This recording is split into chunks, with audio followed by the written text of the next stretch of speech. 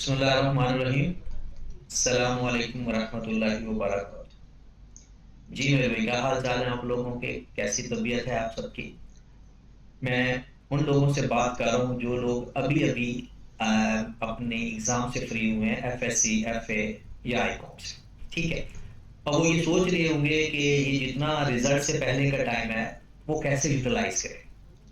तो एक तो मेरे भाई, आपको मैं मशवरा दूंगा कि आप ऐसा करें, किसी भी सॉफ्ट स्किल पे काम करें।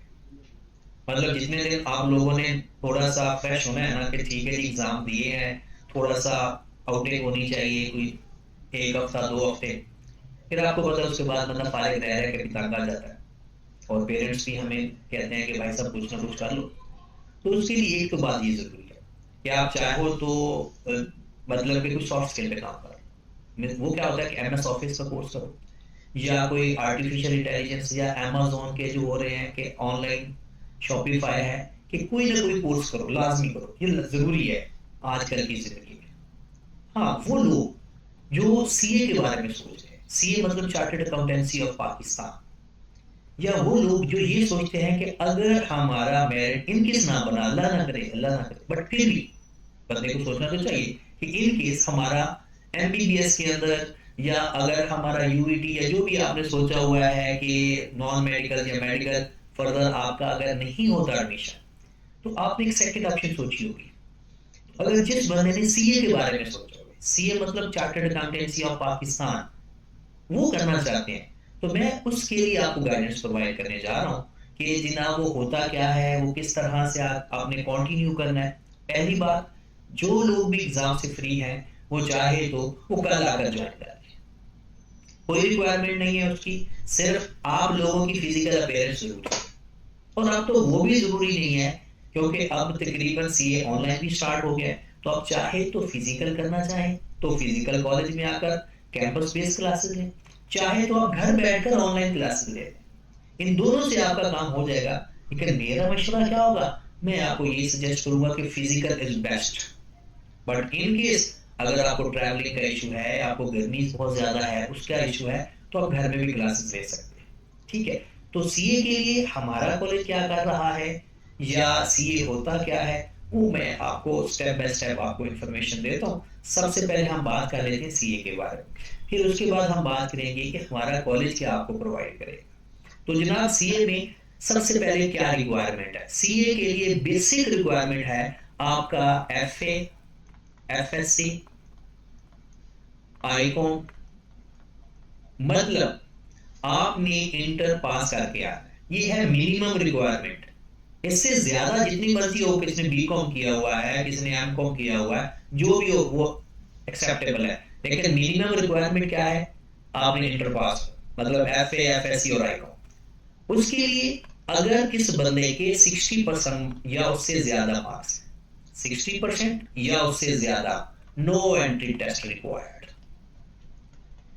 कोई भी उसका एंट्री टेस्ट नहीं होना, वो डायरेक्ट अपनी डिग्री स्टार्ट कर सकता है। नंबर 2, वो लोग जिनके मार्क्स 50 to 60% की रेंज में है, उनका एक एंट्री टेस्ट होगा जिसका नाम होता है QAT। अभी मैं इनकी किसी एब्रिविएशन पर नहीं जा रहा, सिंपल आपको इन्फॉर्म करना चाह रहा हूँ, इंफॉर्मेशन देना चाह रहा हूँ कि ये कब और कैसे आप स्टार्ट कर सकते हैं। ठीक होगी बात। तीसरे नंबर पर वो लोग जिनके लेस देन 50% मार्क्स हैं, वो सीए कंटिन्यू नहीं कर सकते। इंटर वाले, ग्रेजुएशन वाले नहीं, इंटर वाले, वो सीए स्टार्ट कर ही नहीं सकते। ठीक है। तो वो तो इधर आएंगे ही नहीं। ठीक है।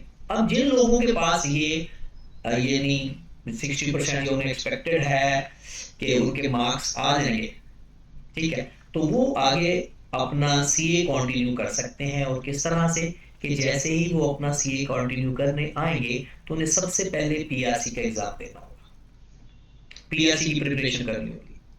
पीआरसी में 5 पेपर होते हैं जनाब, और ये पेपर सिर्फ और सिर्फ सीए के लिए हेल्पफुल नहीं है, बल्कि अगर आप लोग ये कंटिन्यू कर लेते हो और बाद में चाहते हो कि नहीं हमारा तो मेरिट बनना है, तो वहां टेस्ट देने के लिए ये हेल्पफुल है।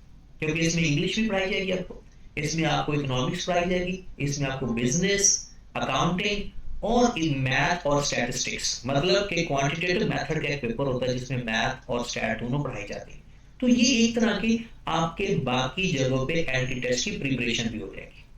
तो ये 5 पेपर्स आप जैसे ही, ये 5 पेपर हर 2 महीने बाद होते हैं, मतलब जनवरी में होंगे, फिर फरवरी में नहीं होंगे, फिर मार्च में, फिर अप्रैल में नहीं होंगे, फिर मई में, हर दूसरे महीने एग्जाम होते हैं।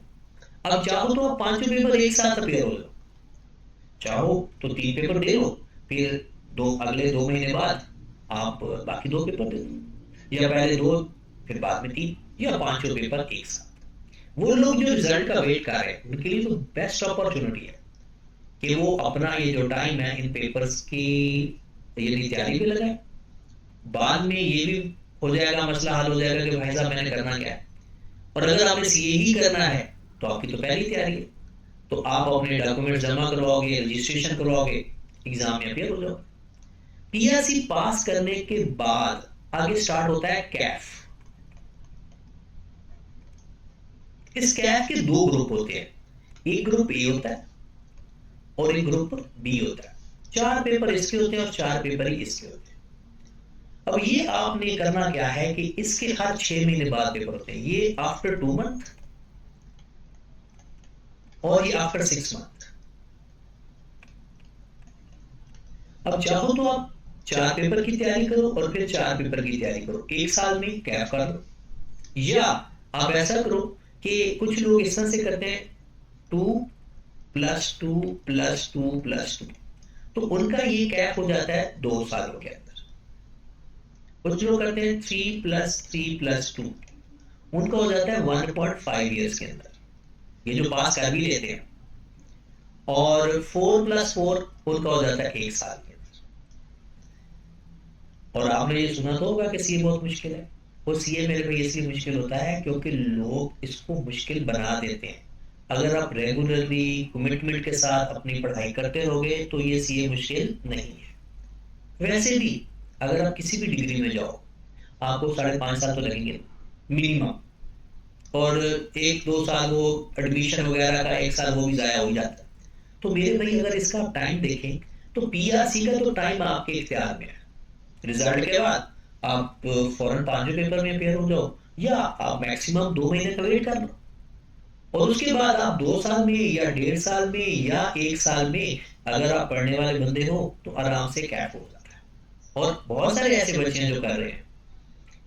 उसके बाद जब कैफ हो जाता है तो आपके आर्टिकल स्टार्ट हो जाते हैं। इन्हें आर्टिकल भी बोला जाता है, इन्हें ट्रेनिंग आप कह लो, आपको आसानी से पता चल जाएगा। इसे हम इंडक्शन भी बोलते हैं। तो ये फर्दर 3.5 साल की आपको इंडक्शन होती है और ये ट्रेनिंग है। आप जो मुश्किल काम है ना, मायूसी वाला, मुश्किल तो सारी जिंदगी है, कोई भी जिंदगी में कोई काम आसान नहीं है, लेकिन वो जो मायूसी वाला टाइम है ना, वो सीए इंटर अगर हो जाए ना तो कम से कम दिल से, दिमाग से मायूसी खत्म हो जाती है कि अब हमें पता है कि 3.5 साल के बाद अगर हम कुछ भी ना करें ना, सिर्फ आर्टिकल भी कर ले, फिर भी जिंदगी में किसी न किसी जगह पर बैठ जाएंगे। इन 3.5 सालों में भी 2 फेज होते हैं, एक को बोलते हैं सीफैप और एक को बोलते हैं एमएसए। अब सीफैप के अंदर 6 पेपर होते हैं और एमएसए के अंदर 2 पेपर होते हैं। ये फिलहाल चल रहा है 2024 के तक यही है। एक्सपेक्टेड है कि कहते हैं कि 2025 या 26 में पॉलिसीज रिवाइज होती रहती हैं, फिर उसके हिसाब से नया काम आएगा, लेकिन फिलहाल आपके लिए यही है। इसके 6 पेपर्स हैं, ये आप जिस तरह से मर्जी पास करें, ये आपकी अपनी मर्जी होती है, क्योंकि आपने इन 3.5 साल के अंदर ये 8 पेपर पास करने हैं। पास हो जाते हैं you are qualified chartered accountant, और अगर पास नहीं होते तो फिर भी आपके आर्टिकल्स पूरे हो जाएंगे, आपको मार्केट के अंदर जॉब जरूर मिल जाएगी इंशाल्लाह।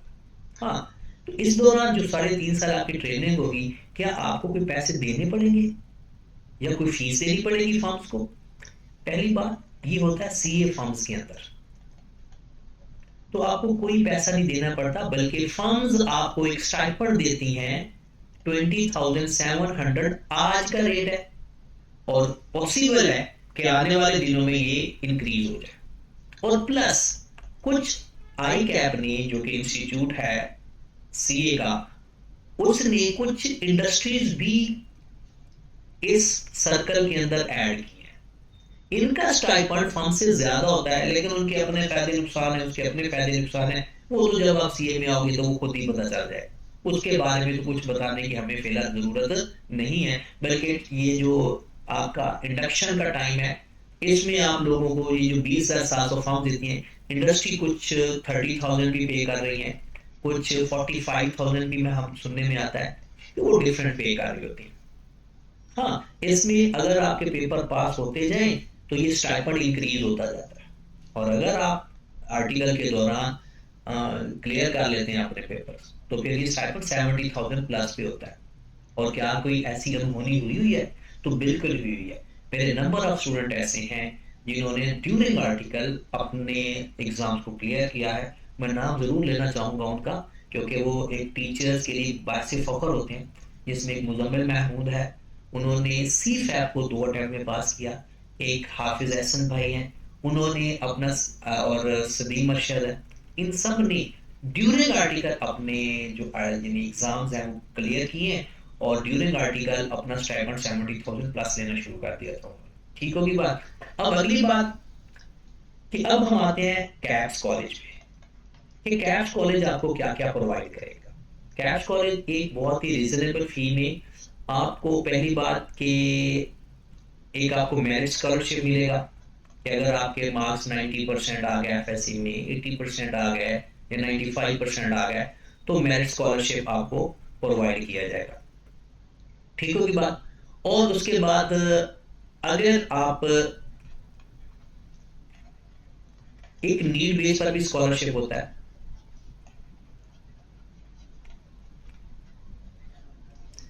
आपको मेरिट स्कॉलरशिप, ये वो कॉलेज की पॉलिसी के हिसाब से परसेंटेज एक डिसाइड की जाएगी, और उसके हिसाब से कितने परसेंट किसको मिलना है ये उसमें बताया जाएगा। नीड बेस्ड स्कॉलरशिप पर उसके लिए जरूरी होता है कि अटेंडेंस आपको अपनी मेंटेन रखनी पड़ती है, टेस्ट सेशन आपको लाजमी अटेंड करना पड़ता है।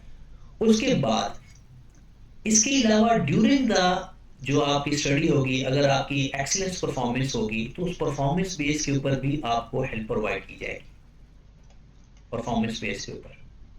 ठीक है।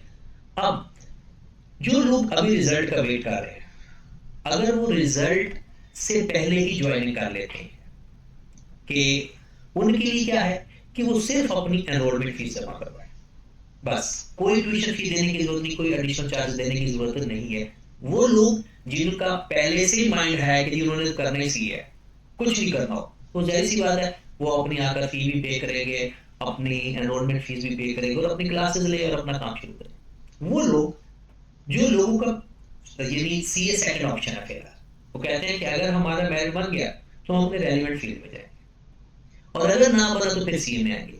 तो उनके लिए ये ऑफर है कि वो सिर्फ एनरोलमेंट दें, there is no tuition fee for them. वो एनरोलमेंट फी जमा करवाएं और अपनी जो स्टडी है वो कंटिन्यू करें हमारे साथ। और उसके बाद अगर जब कंप्लीट हो जाएगा, ये रिजल्ट आ जाएगा, और अगर आपको लगे कि आपका उधर एडमिशन हो जाना है, तो आप उधर चले जाएं। या हो सकता है आपका ड्यूरिंग स्टडी आपका माइंड चेंज हो जाए कि नहीं, सी बेस्ट, जो कि बेस्ट है। मुश्किल भी है, मैं ये नहीं कहूँगा कि सी बहुत आसान है, मुश्किल जरूर है, लेकिन ये इतना भी मुश्किल नहीं है जितना कि मार्केट में मशहूर है। हाँ, बहुत सारे लोग, लेकिन ये है कि अगर आप अपनी कमिटमेंट दिखाओ तो इंशाल्लाह ये हो जाता है। तो best of luck for your result, और अल्लाह आपको कामयाब करे। और हाँ, अगर आपने रब्ता करना है कॉलेज पे, तो मेरे भाई नंबर दिया हुआ है, व्हाट्सएप नंबर है आपके पास, और नीचे सेल फोन नंबर भी है, साथ आपके पीटी सेल का नंबर भी है, किसी पर भी आप रब्ता करें। और आप कॉलेज भी विजिट कर सकते हैं। तो वैसे तो व्हाट्सएप आप करेंगे तो आपको लोकेशन शेयर कर दी जाएगी। अदरवाइज अगर आप करना चाहते हैं तो 15 औरंगजेब ब्लॉक है, न्यू गार्डन टाउन लाहौर,